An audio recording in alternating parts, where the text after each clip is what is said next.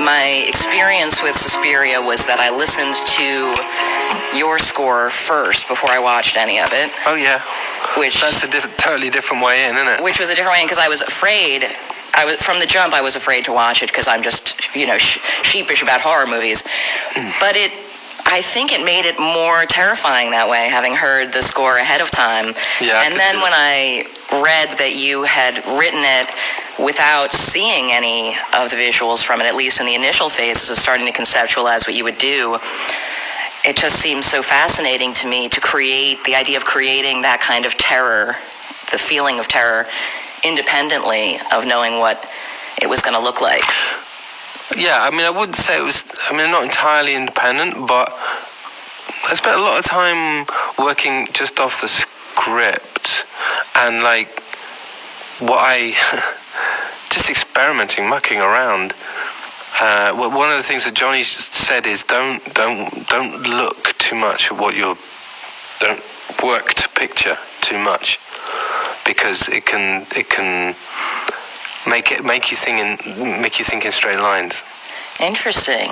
But you presumably had seen the original Suspiria just on your own.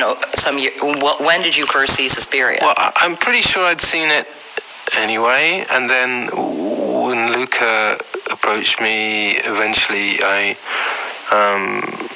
when I decided to do it, I went and watched it again before I decided to do it. Because I was like, okay, well, I don't know this, and I know what Luca's intending to do is not even similar in a way. It's taking the basic premise and then going somewhere totally different. But I needed to check that I wouldn't feel intimidated by it. And I didn't at all, because there was no way that I would even be able to go anywhere near what Goblin had done with it. So right, and it feels like the original one was so of its time. It looked very of its time. Yeah, it would be a bit sad to try and copy that. And the Goblin score for that original Suspiria, had that been a piece of music that you were a fan of? I was aware of Goblin, which, I don't know how. I was aware of Goblin, and I was kind of fascinated by the complex, nature of what they were doing, all those insane keyboard arpeggios, which was sort of similar to things that we would try and do ourselves. I sort of came to it kind of fresh and a bit naive, really. I wasn't intimidated by it, because I'm not really a horror film buff anyway. I like the idea of the story. I like the idea of what Luca was trying to do with it, and this weird mixture of melancholy versus horror versus witchcraft thing, and dance. Right, yeah, it's visually, it's beautiful as well.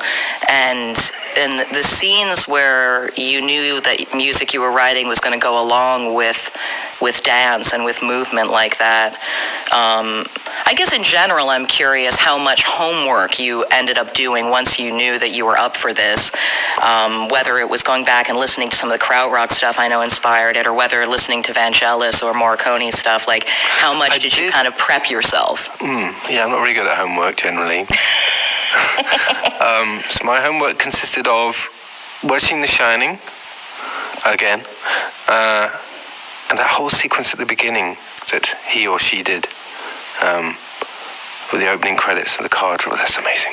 Anyway, and watching a couple of Morricone films and digging through the soundtracks, that was very interesting, and because I was such a huge Morricone fan, and realizing how it's melodic, they're sort of songs. Sometimes they are songs.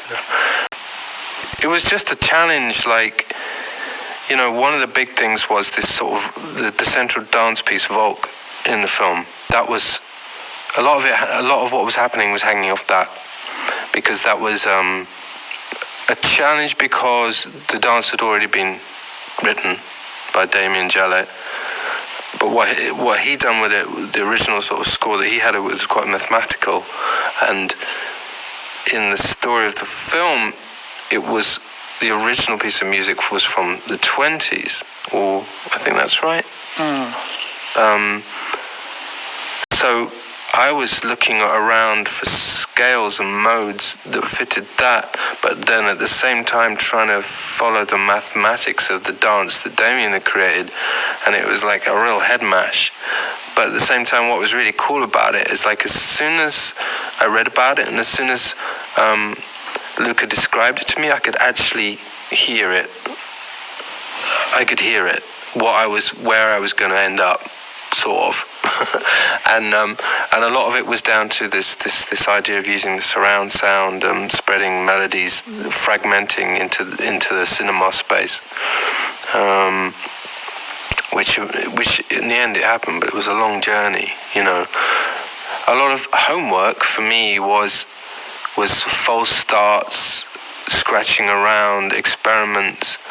But research-wise, I mean, yeah, I went and listened to just to remind me. I found a piece of this Faust record, the Faust tapes, where they're obviously high as hell, and they're like doing all this noises with like space echoes or whatever. It's like, yeah, I'll have a bit of that.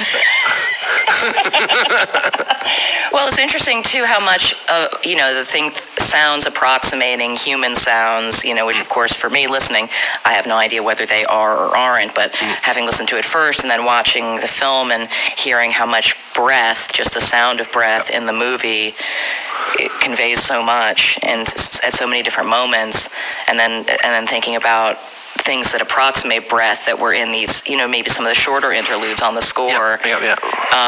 That was literally the first thing I did was that.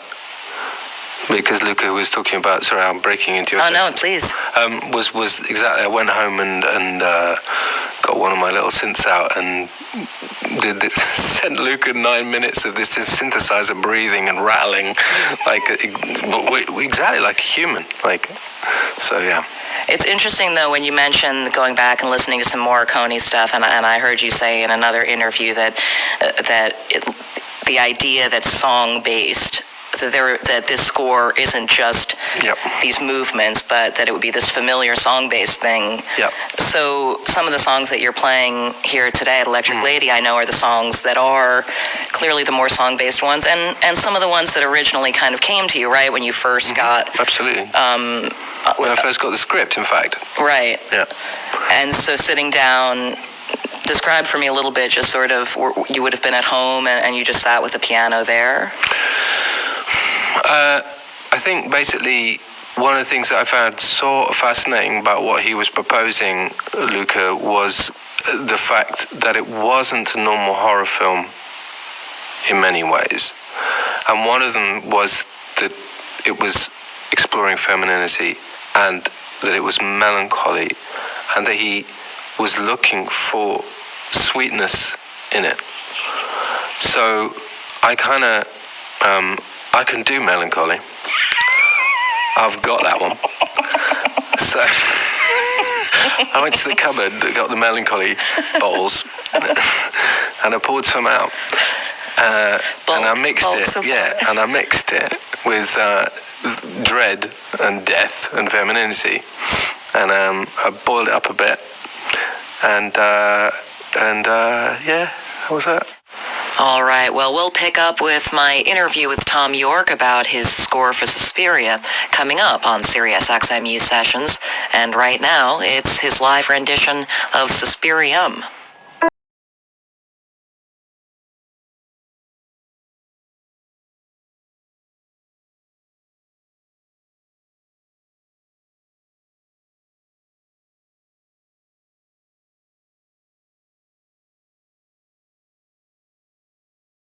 And what you're hearing this week is a solo piano performance by Thom of music from the score he composed for a remake of the Italian horror classic Suspiria.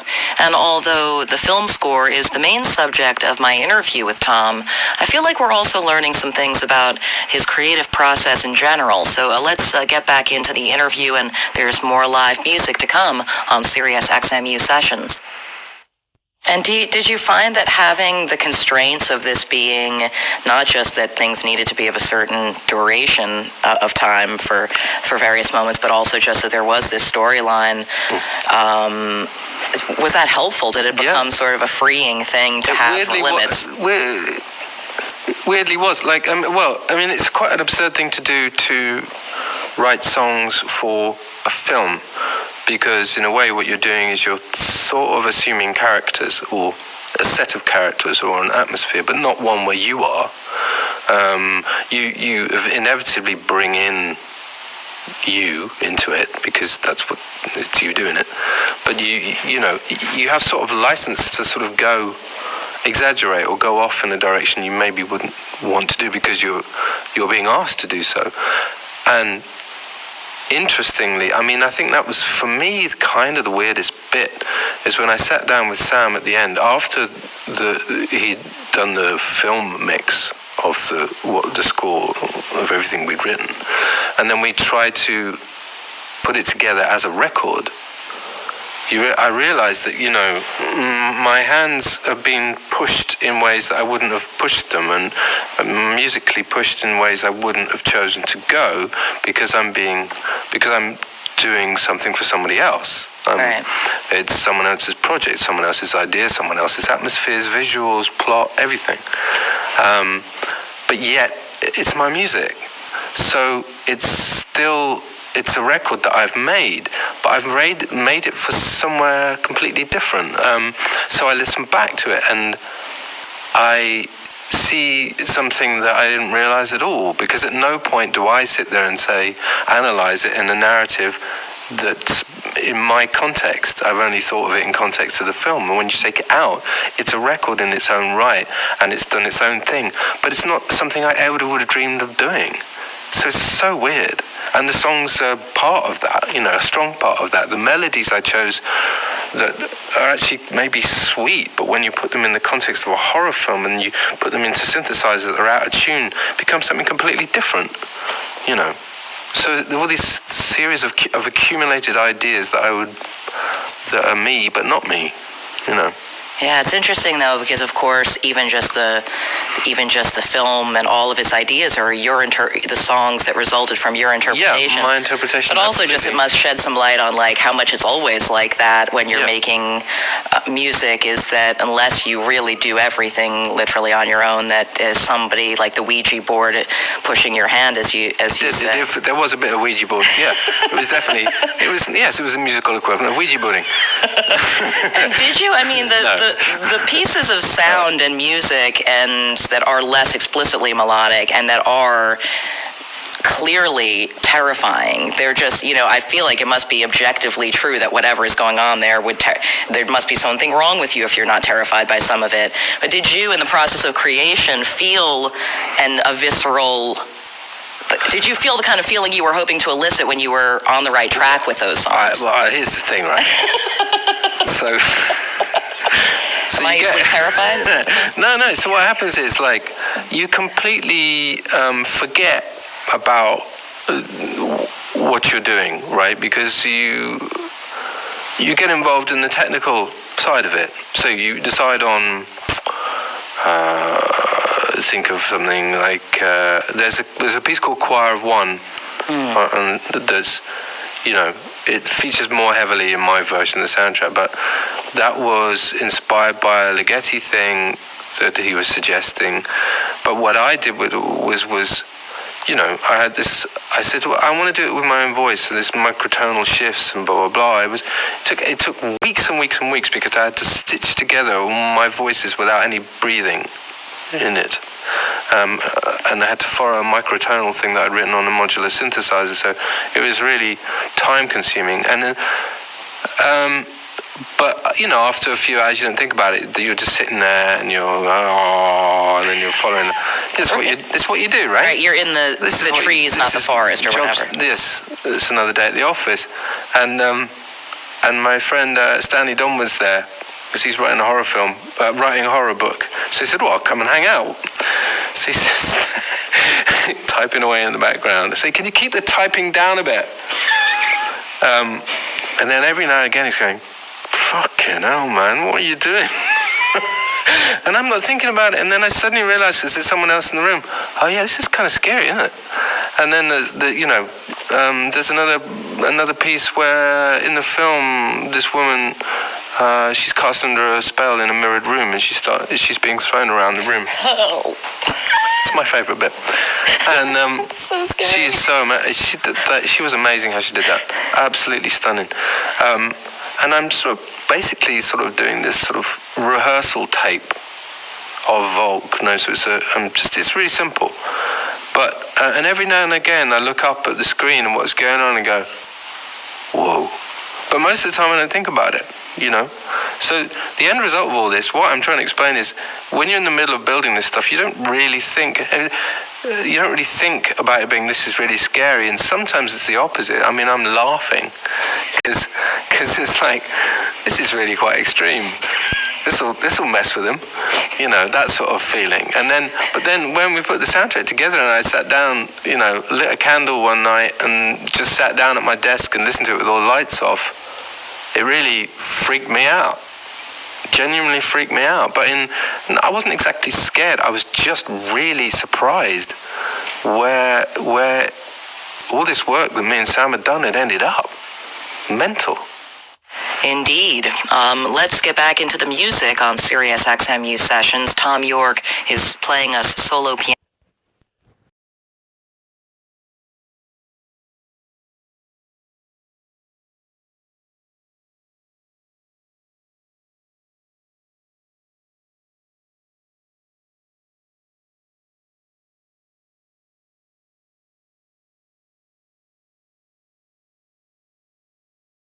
Able to bring you this episode of Sirius XMU Sessions featuring a solo piano performance by the great Thom Yorke, and our interview as well as the performance are focused on the score Thom composed for a remake of the horror movie Suspiria. Let's get back into the interview right now. Was it something earlier on, you know, once you had started writing songs, had you thought about doing a film work of this length in the years leading up? No. I mean, when Luca came and asked me to do it, I was like, mate, get someone who knows what they're doing. But he was sort of convinced that it was a good idea. So he said he'd written it down in his notes, because he was obsessed about doing Suspiria for a long time. And he'd written down in his notes when OK Computer came out, get Thom Yorke to do soundtrack. You know, that's how long he'd been thinking about it. So. Damn, the secret. He did the secret thing. He willed it into being. Yeah, exactly. Yeah. Careful what you wish for. Many years later. Did it? Were there moments in this? So also, how long from beginning to end did it take? Well, I was doing other things, touring and things and bits and bobs. But I guess about a year and a bit. Right, on and off for a year and a bit. On and off, yeah. Did it remind you of any other creative experience that you've had before? No, not really. No. I mean, the good parts when you were like, I like this feeling of doing this. This is what, like, you know, were there other moments of feeling that you were trying something new successfully? Yes. I mean, it was initially really scary because I honestly didn't know if I could do it. And then I think there was a point where I think when we got Volk started to happen, where I really felt like, okay, this is going to be good, it's going to be fine. But it didn't really remind me of anything, because I'd always come, other than the sort of the fun days out we used to have in the studio where we were just making sound effects and bits and pieces. It was, but weeks of that I'd never really experienced, but the main thing really was, it's someone else's project, you know. It's someone else's trip, and I'm, you know, just one of the parts of that.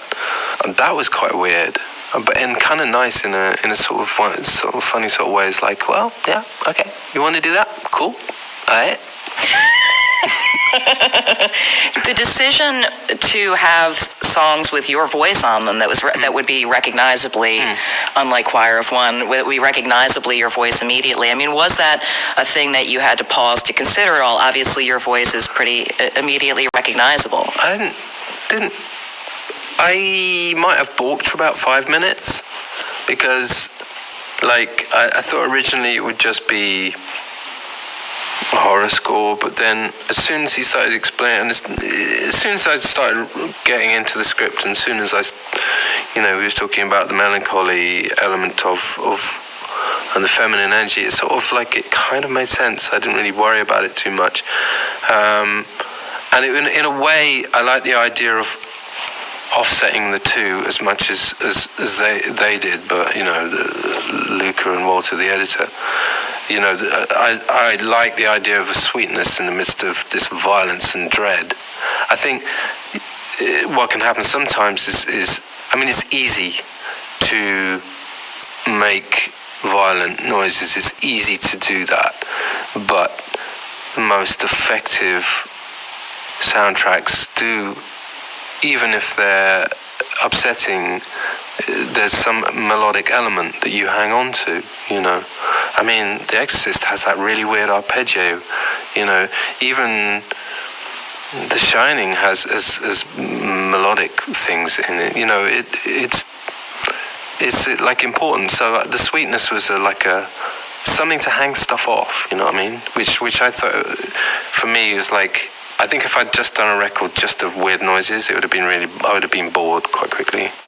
Well, we'll take a break from my interview with Thom Yorke to hear another song from his Suspiria score.